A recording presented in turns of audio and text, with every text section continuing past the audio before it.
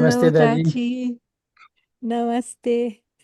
Hello, Kanhan Bhai, Regine, Mayu, Claudia, Krishna. Such a great joy to have you here with us at the end of our seminar. Oh, it's ending today. Yes, it's ending. You are the last session. Oh my God.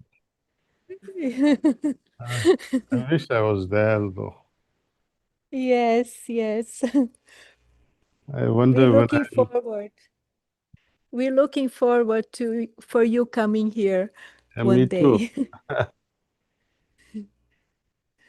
Good, good. So good to see so many of you there. So where is this Yes. seminar? Outside the city?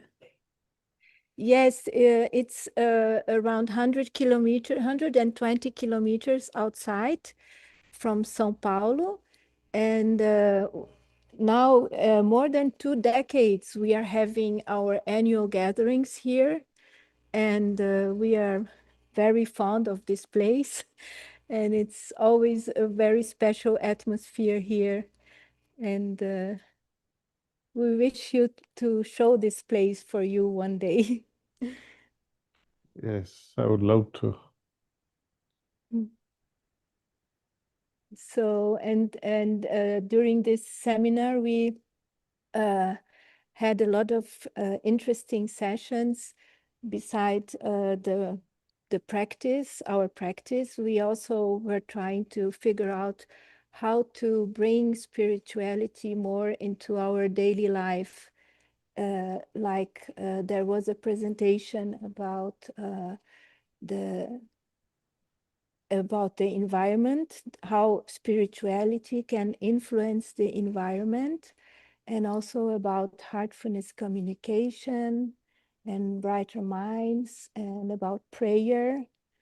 And yeah, and in this sense, we also would like to ask if you have a message for us, something to add.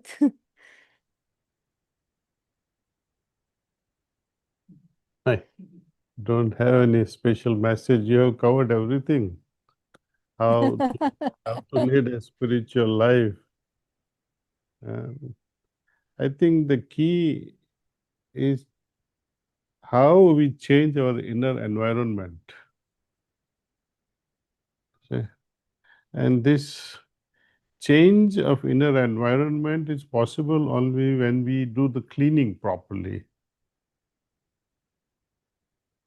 It's like removing the unnecessary and bringing in through transmission something which is evolutionary in nature, which we cover when we regularly meditate and perform our cleaning every evening. So, which are both very well covered. We can intensify both our meditation and cleaning by cultivating humility. With humility, when we offer prayer, our meditation, I think it changes very, and you feel deep resonance. And when we also perform our cleaning with humility, we are able to get rid of many impressions that has been troubling us for lives together. And this cultivation of humility is also accelerated through our prayer. So all the entire process, I think it's a complementary. And it has to be practiced in totality if we want a speedy success in our spiritual life. Our life can be more joyful when we individually as collectively within the family do this together. Yeah. More problems do arise, which I have noticed, like when you are the only practitioner in your family versus when everybody meditates in your family. It makes a world of a difference. So try to influence other family members so that the journey can become even rapid. But we don't have to depend on our spouses or children, but we have to make effort for that as well. See, then the journey becomes more enjoyable. See, not just effective, but it becomes more enjoyable. See.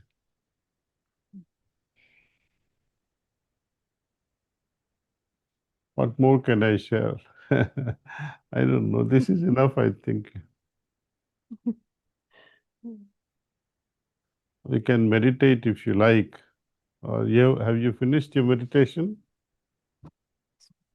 Yes. Uh, there is Sister Elena. She would like to make a question. Is it possible? Yes. Daaji, hello, Daaji. Hello. Regarding cleaning, you were just mentioning cleaning. You quote Lalaji on the chapter of cleaning, where you says the human being will be cleaned to the extent of his discrimination, or to the discrimination of, yeah, you remember that. And this is something that I would like you to explain that a little bit. So does that mean that we have to be aware of things that we want cleaned to a certain extent? Yeah, okay. The cleanliness and ability to discriminate. To discriminate means to discern what is right and what is wrong. This rightness and wrongness is my judgment. But when a situation is there and you interpret that as something is wrong, but later on you realize nothing was wrong. So your initial interpretation through your own discrimination that it was wrong, you would have formed the impression. But later on, when you understand that there was nothing wrong with it, it was just right, then it gets the opportunity to dissolve away that impression. So when we have the right understanding or the ability to discriminate in the beginning itself without judging, then you will not form the impression.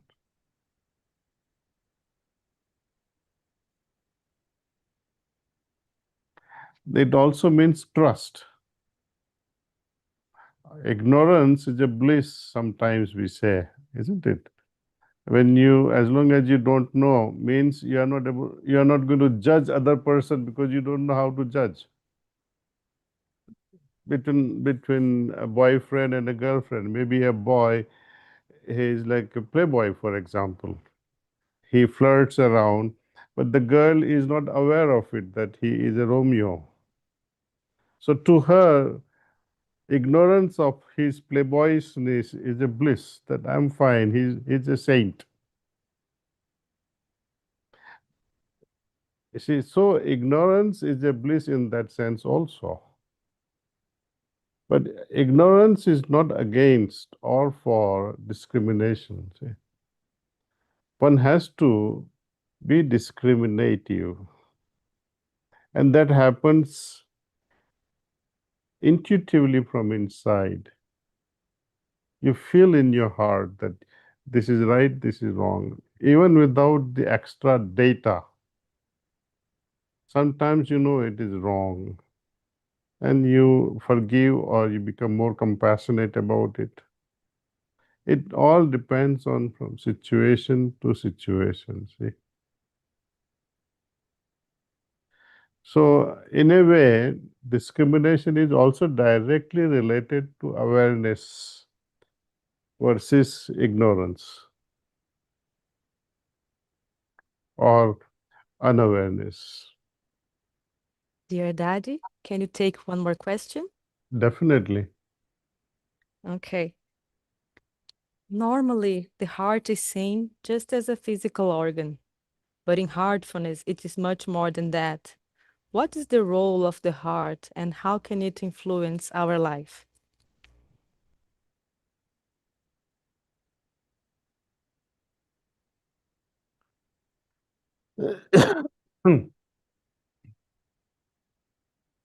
In our tradition, heart is praised so much through various literature.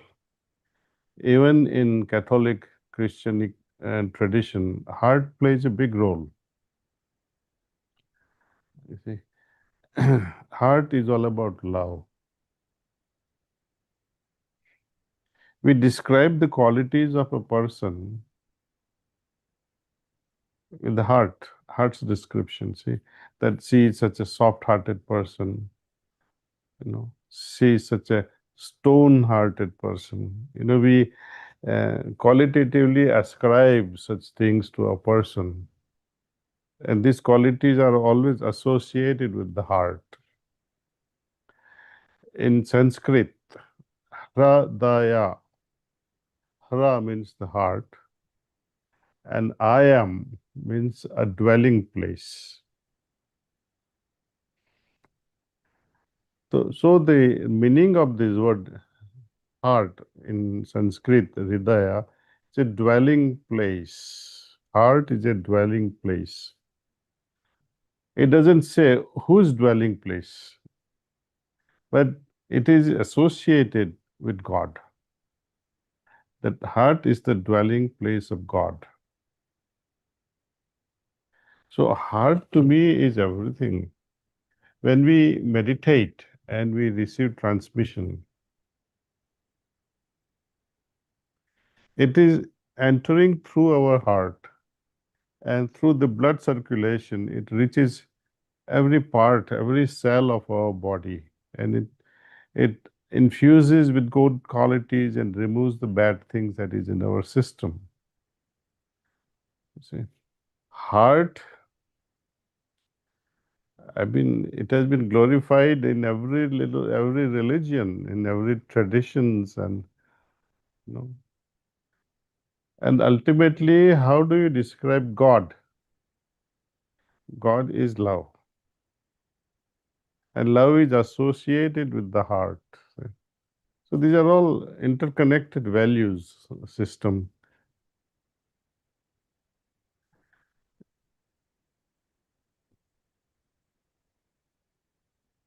I think. Do you have more question on this? Not on this, Daaji, but we would have one more question for you. Um, when we meditate, how can we become more aware about the different states and conditions, and also towards the journey on the points?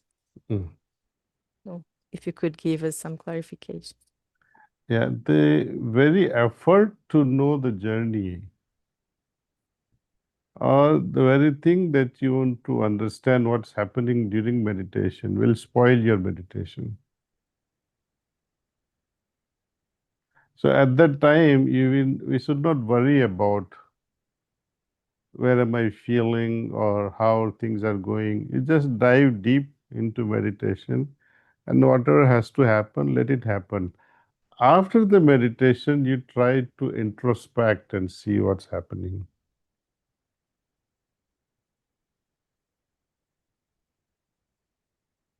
Otherwise, if you keep making efforts, let me feel what's happening where, then you'll spoil your meditation because you're too busy now to see things, not feeling things.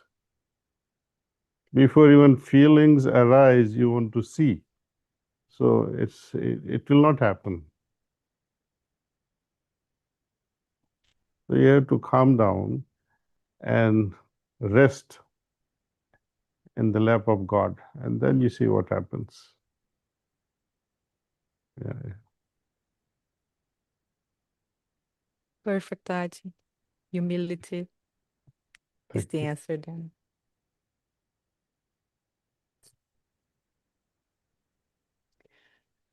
I like very much this idea to rest in the lap of God. This is really very comforting. Yes, Thank you so much. thank you. So we'll meditate, Jean. Yes. Okay, Kanan bhai, we ready? Yes, Daji. Yes, Daji. Okay, okay, chalo.